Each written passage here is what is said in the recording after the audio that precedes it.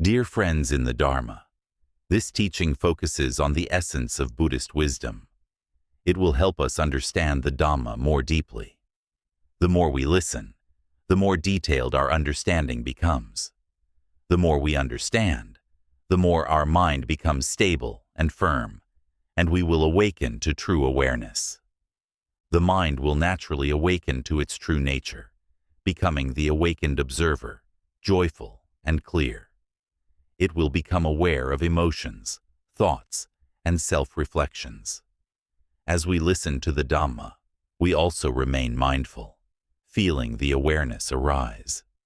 As we listen, we become refreshed, our minds awaken and brighten. The more we listen, the more we understand, and the understanding becomes more detailed. The mind becomes this way for those who have a determined and steadfast heart towards the Dhamma. When we are resolute and firm in our commitment to the Dhamma, we trust that we have a refuge and we have a clear purpose. We know that the reason for our birth this time is not for anything else, but to do this, to study the Buddha's teachings and the Dhamma. We shall focus on whether your mind has found its refuge yet. Are you firm and resolute in observing your own mind and understanding how it works? Have you realized in your heart that your mind is your refuge? You must study, learn, and understand. Are you awake within, steadfast and determined like this? Have you truly realized it? Understand continuously until you see that, in truth, this body doesn't actually exist. It only exists because we think, we conceptualize, we assign value to it. It comes into being because we perceive it. Just as to have eyes that see, one must have knowledge. These three insights are crucial. First, seeing that this body is not ours. It's merely a concept that we assign value to, whether it's the thumb, index finger, middle finger, ring finger, arm, leg, body, face, hair, or thought. Second, be steadfast in your awareness, without doubt, while observing the mind. And third, realizing that observing the mind and thoughts is the cause of our liberation from the cycle of birth and death. Listen again and again, seeing the thoughts continuously. Our birth as humans, as the Buddha once said, is not easy. It is an incredibly difficult thing to be born as a human. Once we are born as humans, whether we are born into poverty, wealth, or a middle-class status, do not attach importance to these things. What matters is whether we are still breathing, whether we are still alive. If we are still breathing, able to understand what I am saying, able to communicate and have a conversation, then we are truly blessed and fortunate. When we are content with being human, with having life, not suffering too much, having food to eat, a place to live, clothing to wear, and medicine to treat illness, and not suffering from COVID, then that is the completeness that allows us to attain the Dhamma. To attain the Dhamma, we don't need much. We only need the body and the mind. Don't suffer over anything. Don't be foolish enough to suffer. We are born with a body and a mind, which is already difficult enough. Yet, with this body and mind, we still go on suffering, worrying, and stressing over this and that. To say someone is foolish is not too harsh, because it is incredibly rare to be born as a human. As I've mentioned, once we've been born as humans and lived this long, why should we be foolish enough to suffer? Why should we stress over this or that? Let's focus on bringing happiness into our lives instead. Finding happiness doesn't mean sitting and listening to music, going to clubs, or engaging in activities that have nothing to do with the Dhamma.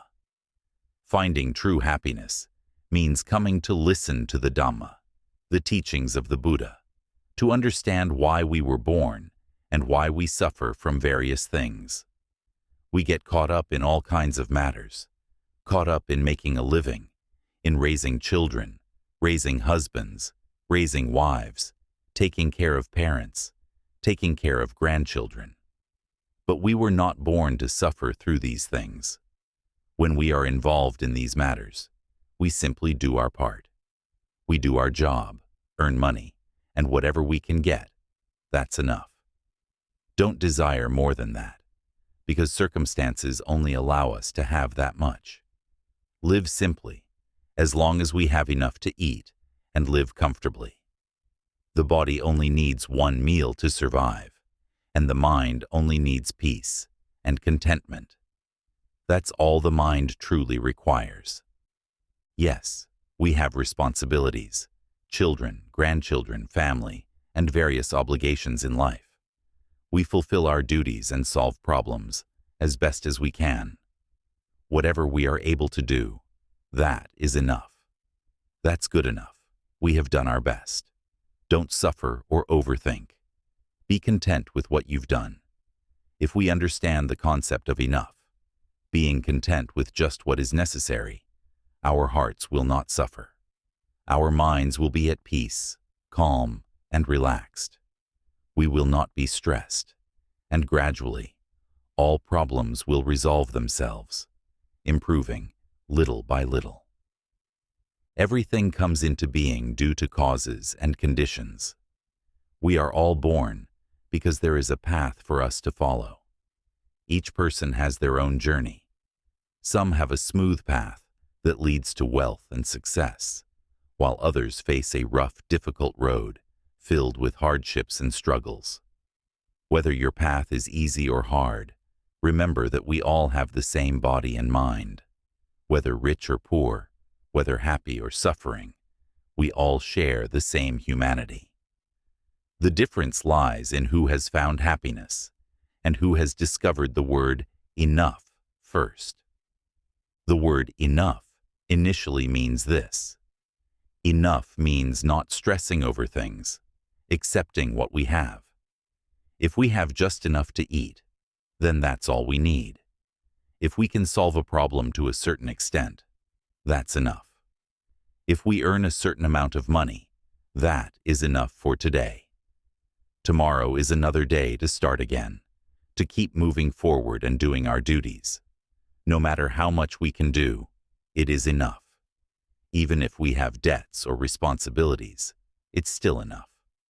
Tomorrow, we start again, solve new problems, clear them slowly, and take care of those who depend on us, such as our parents, children, or relatives who are ill. We do our best, and whatever we can do, that is enough.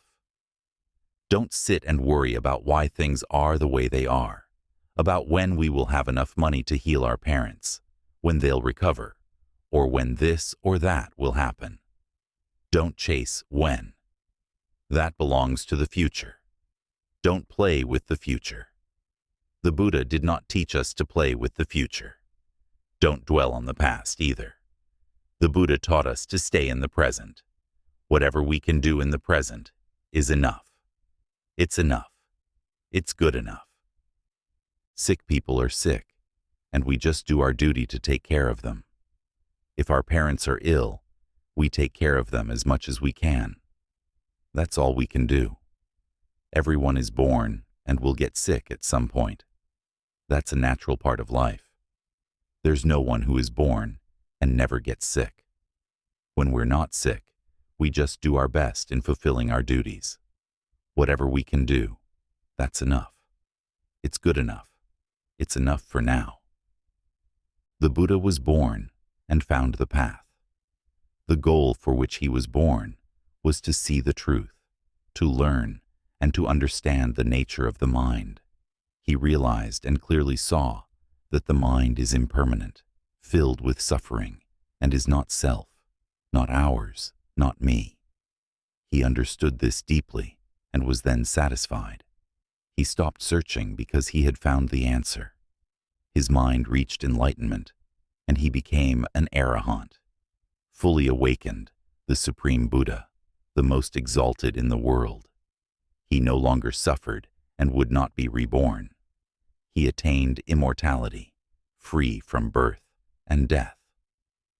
The goal of every mind, going through the cycle of birth and death, is to come to this realization, to understand and to see clearly that the nature of the mind, which does not birth nor die, is the immortal element, the state of arahant, the state of nirvana. Each of us is ready to attain arahantship, to enter nirvana. It has nothing to do with age, whether child, adult, elderly, or sick. It is available to everyone. Humans are born like this. We are born to live like this, to be this way. This is how we have always been since birth, and this is how we are now.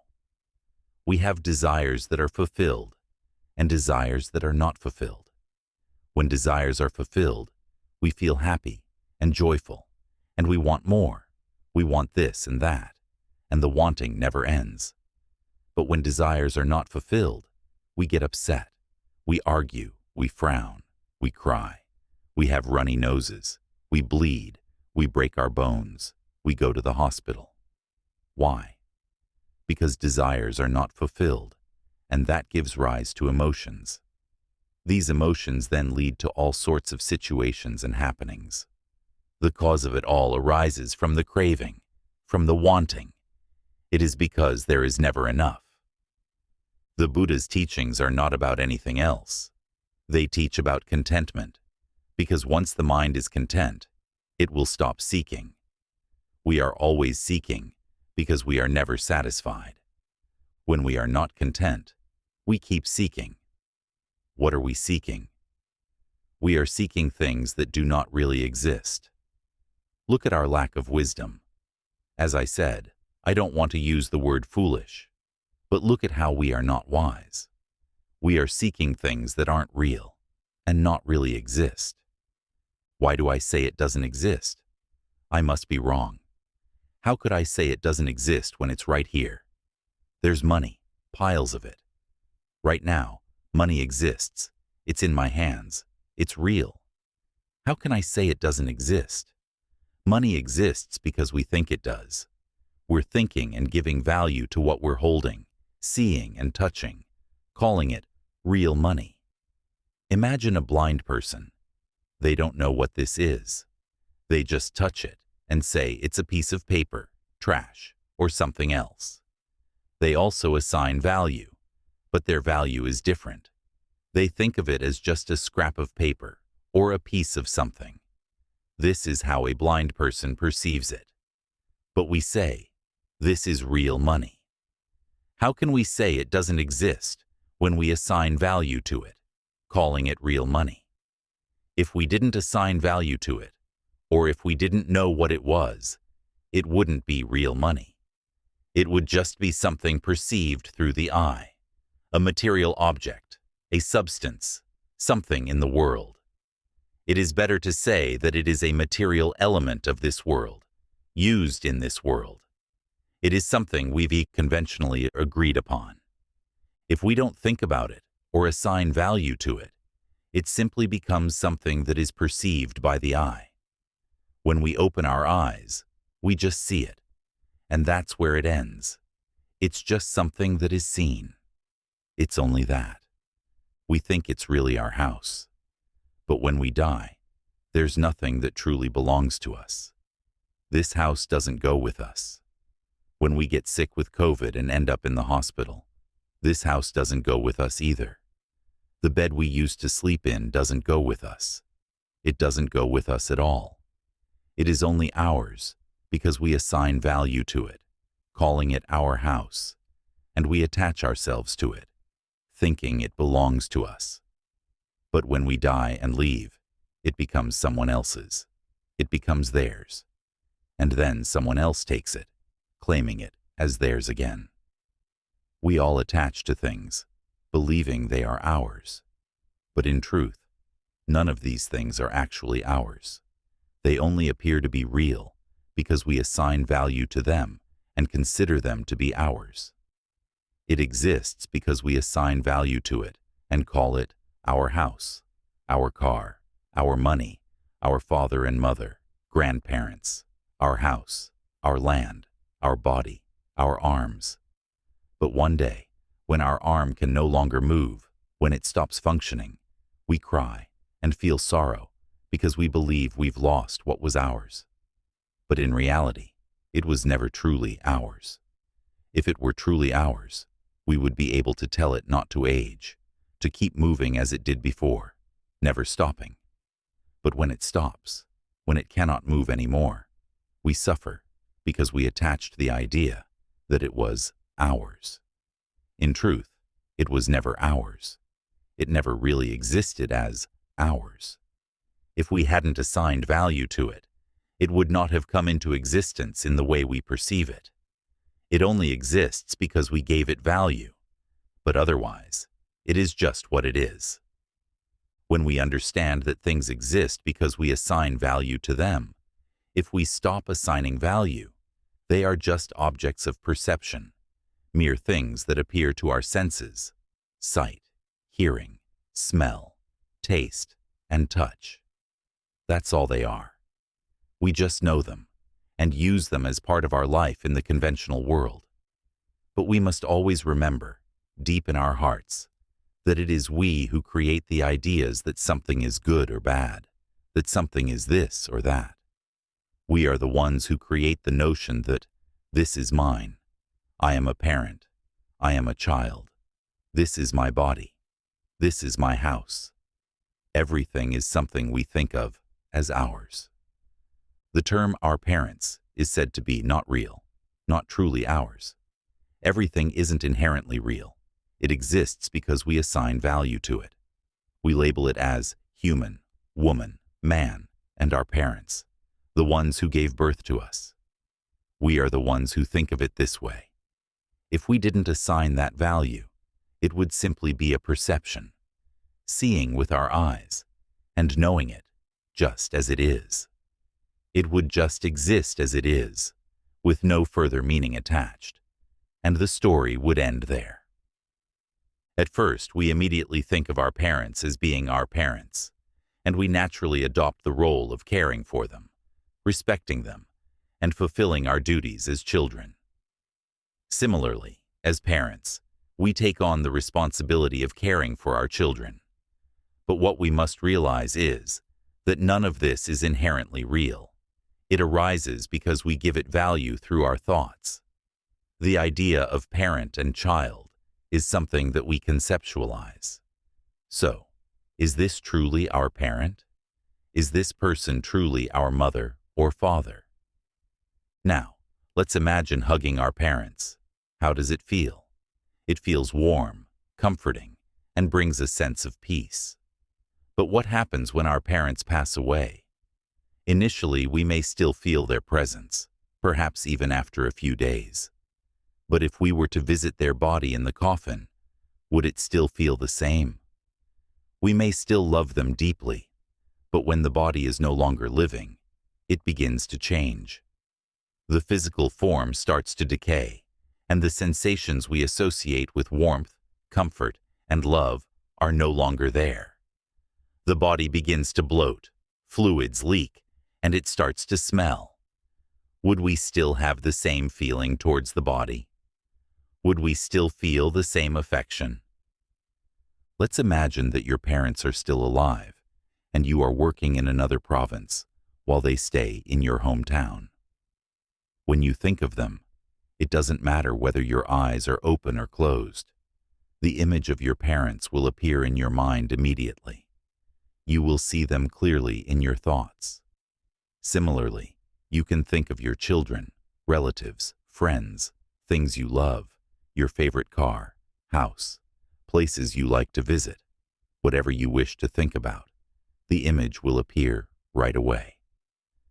Do you see your parents when you think of them? Do you see the things you love clearly in your mind? That is truly your parents, and those are the things you truly love, appearing in your heart.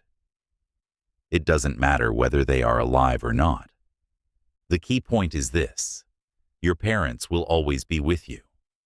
As you age and grow older, whether you live to 80, 90, or 100 years old, whenever you think of them, their image will always appear in your mind. It's not about whether they are physically here or not. It's all something we create in our minds. If we don't think or speak, where would the sense of us, of being a parent, a house, a car, land, a district, a province, a country, or our children come from? Everything is just something we give value to. We go around seeking these values. We say, this is a temple, this is a mother, this is a father, this is us, Mr. A or Mr. B. We say, this is a Toyota car, this is a motorcycle, this is a dead person, this is a woman, this is a man, this is a spouse. All of these are things we've given value to in order to communicate in this world. Without these values, what would remain? It would only be pure awareness, just knowing things as they are.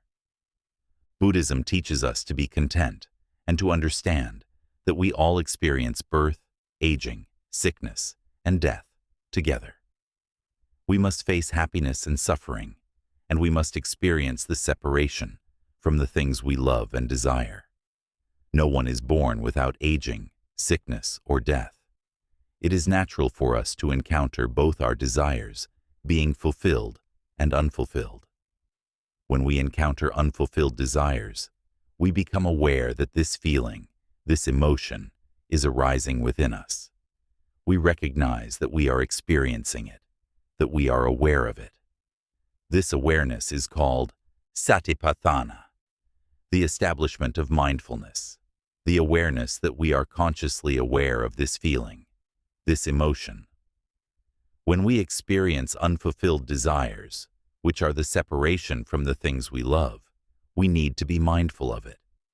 When we experience fulfilled desires, certain emotions arise within us, such as happiness, a sense of fulfillment, or joy.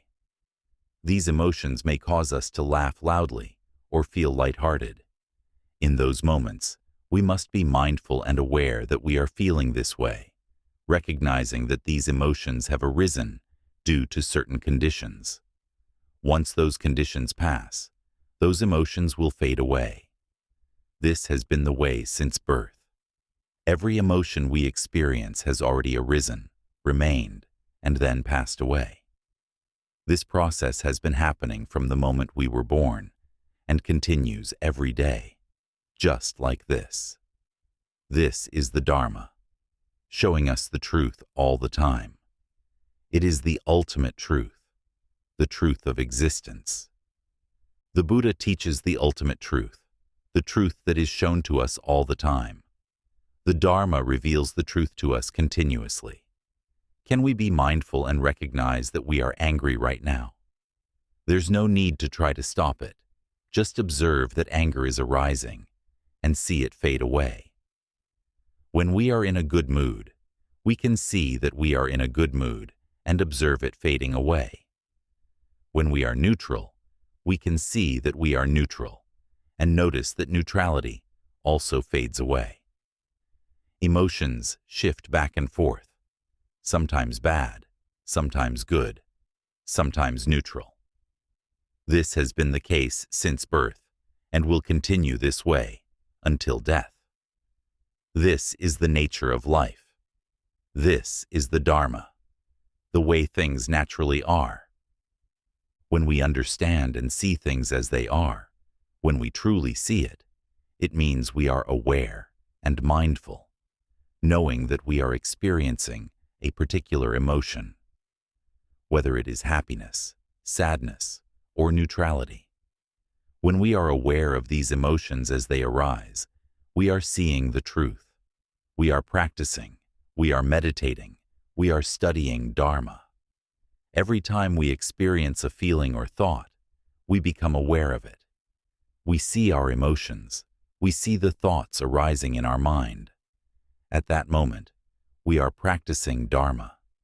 At that moment, we are meditating. In that moment, we are seeing the truth, the reality. The mind gradually frees itself and reaches enlightenment as we observe these emotions and thoughts. This happens continuously, from the time we wake up to the time we sleep. Whether we are working, going to the bathroom, shopping, cooking, eating, exercising, having fun, or traveling. We can see it all the time. Therefore, we can practice Dharma at all times. When we see the truth, the mind becomes content. It accepts the truth and no longer desires things to be different. When suffering arises, when happiness arises, when anger arises, or when joy arises, we see it. We see that it arises, stays, and then fades away. It fades away right before our eyes, while we are observing it. We should not get caught up in it, should not jump onto it, and let it carry us away. We are simply the observer, aware of it, seeing it as it is. This is contentment. This is sufficiency, the sufficiency of the mind. The mind can be content because we see the truth. This is the basic form of contentment. Contentment in moderation means that once we grasp this principle, the practice of the Dharma or meditation is to bring the mind to awareness, to wake up and see the truth. Every time the mind awakens and realizes the truth, that is the moment when the mind breaks free from mental formations, free from emotions, free from thoughts. When the mind is freed from emotions and thoughts, it returns to its natural state, awakened, clear, and joyful. The mind, in its natural state, knows and is aware. Its role is simply to know. When we guide the mind to be aware and wake up, the mind breaks free from emotions and thoughts. At that moment, the mind enters the stream of the noble ones. It is the moment when the mind steps into the state of one who no longer is born again. It is the moment when the mind will truly know what it means to be content. When the mind sees emotions and thoughts are mental formations, citta sankhara. They are functions or activities that arise in conjunction with the mind. These are phenomena that always accompany the mind. Where there is mind, there are always mental formations, which are called citta sankhara. An analogy for this is water and waves. The mind is like water, and the waves are like mental formations. The mind constantly fluctuates, changing and being shaped by thoughts and emotions. It arises, stays, and fades away, only to arise again, stay, and fade again. The mind creates stories, thoughts about things, assigning value to everything. This is a woman, this is a man, this is a mother, a father, a child, a grandchild, good and bad, right and wrong, should and should not, qualities like this or that. The mind assigns value to everything. This is the world. This is the universe. This is a star. This is the sun. All of this is a result of the mind's thinking and labeling. Everything arises from thought, but it also fades away. Once it arises, it disappears, and then a new story is created. This process continues, and while creating these stories, the mind also forms mental images. It thinks in images, and in that moment, it is all clear. The images and words are thoughts in the mind, which I call conventional designations used for communication in this world. When the mind awakens and becomes aware, realizing and being mindful in each moment, seeing thoughts and emotions, that is the moment the mind is freed from mental formations, from citta sankhara. But it happens very quickly. The mind breaks free for just a moment, and then it flows back into the mental formations, back into thoughts and emotions, just like before. However, if we can become aware more often and understand that the way to reach the highest point of Buddhism, freedom from the cycle of birth and death, is through mindfulness, through awakening to the truth. The more often we see the truth, the more often we awaken and recognize our emotions and thoughts, the more the mind will be freed. The more frequently the mind experiences a temporary state of nirvana, the better. The mind will gain proficiency in awakening and seeing the truth, gaining knowledge and understanding, not through words or concepts, but through a silent, inner understanding, which we call wisdom, panya. The mind will develop wisdom because it sees the truth. The mind sees the mind itself. It sees the mental formations, or mental states. The mind begins to see more frequently, and the mind understands, realizing that the way to be free from all suffering, the way to not suffer with anything anymore, is through observing the mind, through bringing the mind to awareness. This means freeing the mind from mental formations, seeing thoughts, seeing emotions in the moment. When we see emotions and thoughts arise, in that moment, the mind becomes the observer, separate from the mental formations. Mental formations, such as thoughts and emotions, arise and pass away on their own, separate from the true awareness. It's like watching a TV show. The dramas, the stories, all appear on the screen, but we, the observer, are outside of the TV, unaffected by the show that's playing. This kind of knowledge and understanding comes quietly, as the mind begins to understand the truth. We begin to understand that the tears we shed are because we flowed with emotions. We flowed with the thoughts. When we're angry, when we fight, it's because we flowed with the emotions, flowed with the thoughts. When we divorce or when we love, it's because we flow with our thoughts and emotions. This understanding brings moderate contentment. The mind starts to become peaceful. The mind begins to brighten, and the mind stops foolishly attaching to suffering. When we're thinking, we become aware that we are thinking. This is seeing the truth. It's the mind separating itself to become the observer, noticing the thoughts and feelings. For example, we might think about which relatives are coming to eat with us, what they look like, who will be there. These images come to mind at that moment. If we're aware, we'll notice that we're thinking these thoughts and seeing these images. This is meditation. This is the practice of Dharma.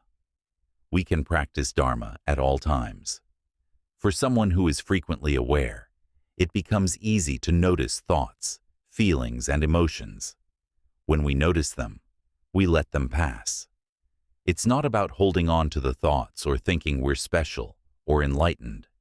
If we do that, we're still attached to the thoughts. The key is to see the thought, then let it go. When we notice something, we don't expect anything from it. We just acknowledge it. If we don't notice, we get carried away by the thoughts, and we may feel happiness, sadness, frustration, stress, or conflict. But once we see that following the thoughts causes us trouble, we choose not to follow them. We notice, accept, and let them go. When a thought comes up, we acknowledge it, and it fades away. If it doesn't fade immediately, we still notice it and let it be. Even when we have doubts or confusion, we see it and recognize it. If we forget to be mindful, we notice that too and let it go. The key is awareness. We don't need to be mindful all the time. Just when we are aware, we know it, and when we're not, we accept it. This is contentment in moderation, but it's not yet the ultimate goal. However, we may desire to reach that ultimate point. We don't need to want it. The ultimate is already here, right now. But if we haven't reached it yet, that's fine. Just keep knowing. We know as we did before, without expecting anything more. We only know what we can understand at this moment, which is knowing our emotions and thoughts as they are. At first, we may have to try hard to be aware, to try to understand, to try to be mindful. But when we are firmly aware, when doubts are cleared, a deep feeling arises. Tears might flow. A sense of certainty and peace comes, like, "Ah, I've found it." No more doubts. It's clear that this body exists because of our thoughts. If we don't think, where would this body be? Where would the thumb, the arm, or the leg come from? Without thinking, it's just an object that is known. We see it clearly and steadily, without identifying it as ours. Then, we become mindful all the time. This is when we find refuge, when we understand that this is our true refuge. When we realize this, we no longer waver or doubt. This is the initial stage of contentment, the beginning of being an Arya, noble person. Contentment, in the midst of everything, awakens us repeatedly. No matter what others may say, we simply smile and move on. We observe our own thoughts and emotions as they arise. When someone praises one place or another as being the best, we smile at them and carry on our way. That's how we find it enough. The essence of the Dhamma is not external to the mind. It doesn't lie in searching for Buddhism in distant places or external practices. For those who seek outwardly, I must say this: no matter how hard you search, you'll never find the true Dhamma, because it doesn't exist outside the mind. Remember this: the Dhamma is already present within the mind. The Dhamma continuously proclaims the three marks of existence: impermanence, suffering, and non-self, revealing these truths to us in every moment.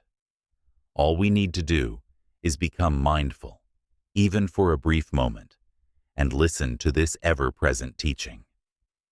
The more we attune ourselves to this truth, the clearer it becomes.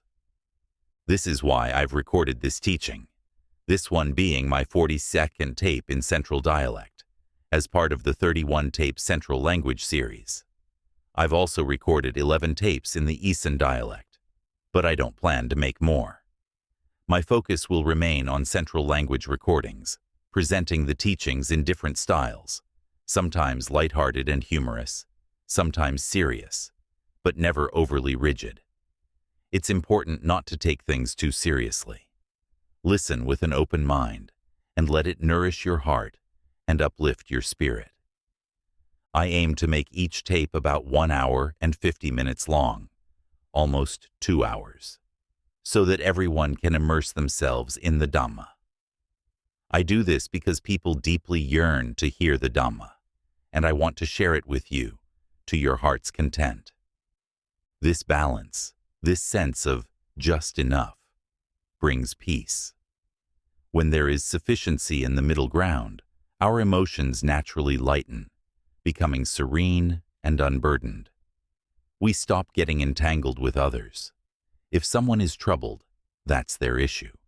If they choose ignorance and suffering, that's their path. But if they realize contentment, they too would be free from suffering. Until then, let them be. Meanwhile, we remain mindful, observing our own thoughts and emotions. We notice their arising and fading. Perhaps a moment of frustration arises, and as soon as we notice it, it dissipates.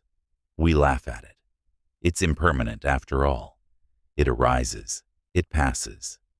This is the Dhamma in action. Before, we used to flow along with our emotions and thoughts, suffering day and night, constantly stressed and troubled. We kept thinking about it. But once we found our grounding, once we understood, we realized that it wasn't truly real. Emotions are not real. Thoughts are not real. Perceptions are not real. They are merely ripples in the mind, like waves on water, rising up momentarily for us to observe. After a while, it ripples again, allowing us to observe it once more. The mind is like this. When it manifests and becomes evident to us, it naturally dissolves, for in its appearance, it reveals the truth.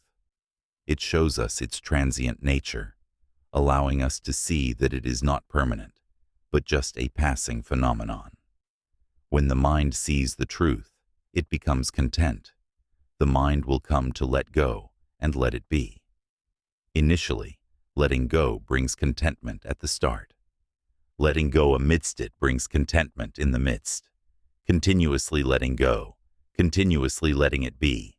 Contentment deepens over time. But we have sufficient duties. Whenever an emotion arises, we simply observe it. Observing it leads to nothing. Do not wish for it to disappear. When anger arises, do not wish for it to disappear, as that is foolish. When anger arises, we observe it, and once we see it, it fades away. When something arises, we see it immediately, and it fades away. We must remain aware and notice the state clearly. When joy appears, we see it immediately, and it fades away. When anger arises, we see it immediately, and it fades away. When irritation comes, we see it immediately, and it fades away. When a thought emerges, we observe it immediately, and it stops. When it continues, we observe it, and it ceases. When an image appears in the mind, we see it immediately, and it stops. If a new image arises, we see it, and it stops again. These things arise for us to see them as they occur, following their causes and conditions. Because the natural state of mental formations, citta sankhara, is to think and imagine, it is their inherent duty to think, to imagine, and to express emotions. This is their role, just like a mask in a drama or an actor in a film. A villain's role is to act as a villain. We cannot expect them to behave like a good person. They are hired to portray a villain, and so they must fulfill that role. Similarly, the hero's role is to act as a good person and to fulfill that duty without doing anything evil or wrong. Each plays their role, demonstrating the truth to us directly and clearly. However, we must see them. We must understand them. If we can see and understand them, we will find contentment and let go of attachment in the midst of everything. The mind will become calm, light, and unburdened. It will gradually become lighter, and the clinging and attachment will diminish over time, as will defilements. In truth, defilements, kilesa, do not inherently exist. They arise because we flow along with thoughts and emotions. If we do not flow along with them, defilements cannot arise. Emotions cannot arise. Stories cannot arise. The self and mine cannot arise. When the self and mine cannot arise, then there is contentment. It stops. The seeking ends. It is enough. It will not arise again, because the mind is content and has ceased seeking. It will attain the fruit of arahantship and nibbana. This leads to the emergence of a certain state of awareness and the declaration of the Dhamma. The mind will declare the Dhamma. Avidya pakaya sankhara, sabbe Dhamma anatta. The mind will declare this truth. We will be free from doubt about the cycle of birth and death. We will realize it in our hearts, because the mind will reveal a certain state, showing us that it is finished, that there is no more arising. The mind no longer flows with mental formations, no longer flows with thoughts or emotions. It is like this. This is enough. The mind is content in this very way. This is the ultimate sufficiency. It is about observing emotions and recognizing thoughts from the beginning, through the middle, and to the end. Simply seeing the mental formations, citta sankhara. This is what we must practice, what we must understand, and what we must study. It is just about being aware and recognizing our own emotions and thoughts. That's it. Nothing more. This is enough from the beginning, through the middle, and to the end. There is nothing more to do. The word enough applies to the stages of Sotapanna, Sakadagami, Anagami, and Arahant. The practice is just this, but it will lead to enlightenment, realization, and increasing ease of mind. This arises when the mind truly sees this truth, when the mind truly sees thoughts and emotions. It sees and lets go completely, not pretending to ignore or avoid them. When anger arises, pretending not to be angry is not the way. When thoughts arise, pretending not to think is not the way. It is not about isolating oneself or avoiding conversations with others. It's not about being silent or refusing to talk to anyone.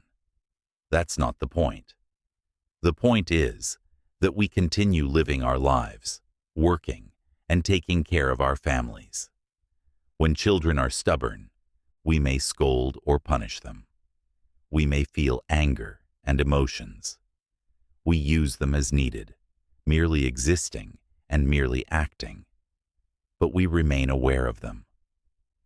This is the key. When the mind is awakened, aware, and fully at peace, it is truly enough. The mind interacts with nature. Activities occur and emotions arise, but they are merely thoughts and feelings, merely things we use. When we scold or discipline our children, we do so because we are fulfilling the roles of parents, uncles, aunts, or guardians. We must play these roles and fulfill these responsibilities completely, because we wear these masks, so to speak.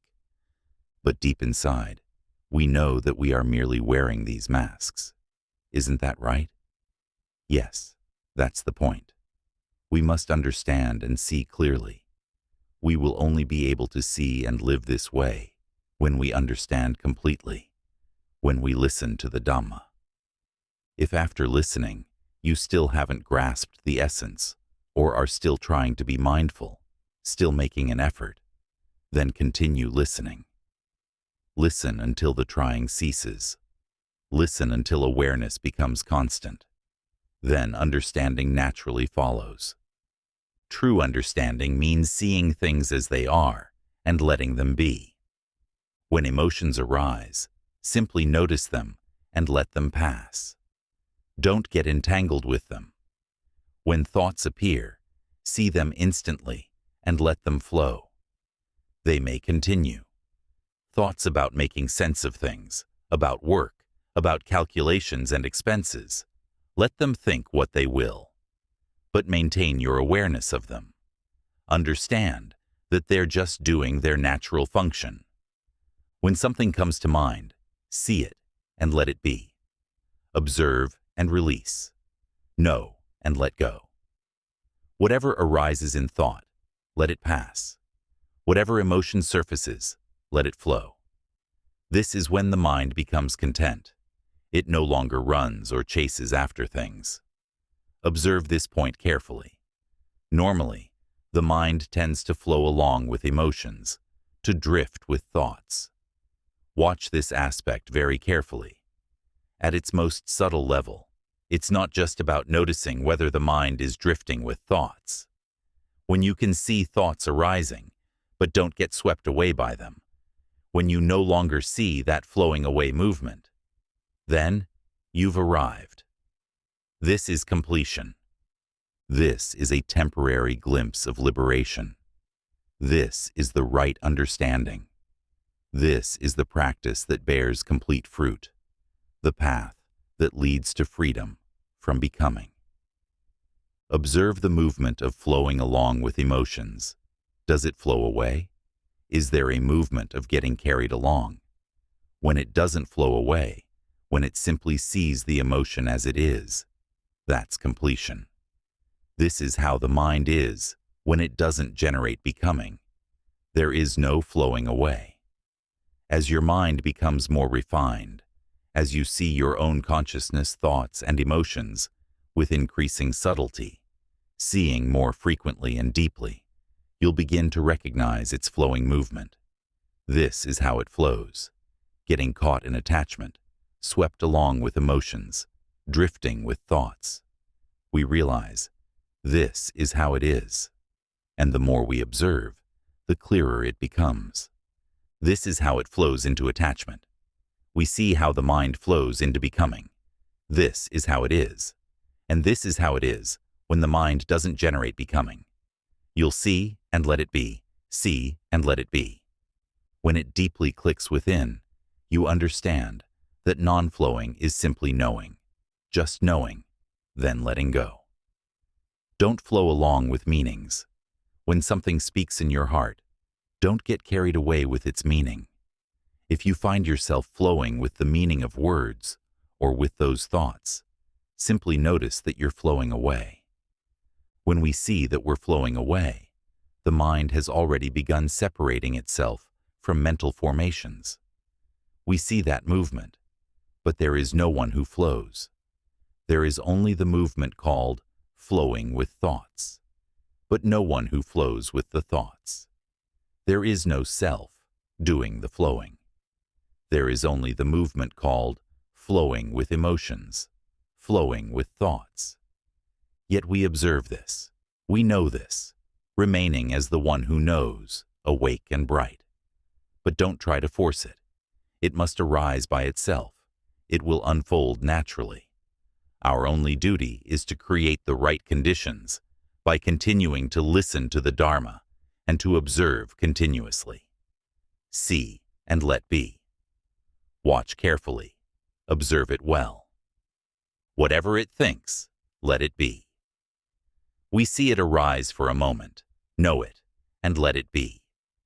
When emotions arise, we see them, know them, let them be, and they fade away. Thoughts appear for us to see. We see them and let them be, and they dissolve. Then they're formed anew, and dissolve again. They form as words, then dissolve. They speak of this and that, then fade. They speak again, constantly talking, constantly speaking about this thing and that thing. This is its nature of arising and passing, arising and passing. See that these are merely objects of knowing, just phenomena appearing for us to know. The word "we" here refers to the consciousness itself. We become aware that knowing is happening, knowing this, knowing that, and then letting it be, knowing and letting it be. This is the cessation of the sense of self. It means it doesn't cling to the idea that we are the ones who know. It's just knowing, and then letting it go. Knowing, and then letting it go. Don't attach. Don't make it a big deal, thinking that we've gained or lost something, or that we're trying to achieve something. Don't try to do anything at all. Just create the right conditions and continue knowing. Our role is to keep knowing for as long as we haven't reached completion, haven't reached the end. We simply continue knowing. As we continue knowing, we might start to feel like we want to ask something, want to talk. We need to recognize that we are wanting to ask. We might want to ask the teacher, want to ask me. When the thought arises, do we recognize that we are thinking we want to ask? If we know that we want to ask, and we see this thought, then that's the answer. It's just a thought. It doesn't truly exist. It's anatta, not self. That thought is just what it is. It's the thinking of the mind. It doesn't belong to us. It has its own thoughts. It creates its own emotions. It creates its own stories. It creates problems, and then it concludes and forms its own understanding. These are its affairs, not ours. As we listen, our mind understands naturally. No need to try to understand. Whatever level of understanding comes, that's enough. Keep listening. One day it will click. You'll understand those doubts you wanted to ask about.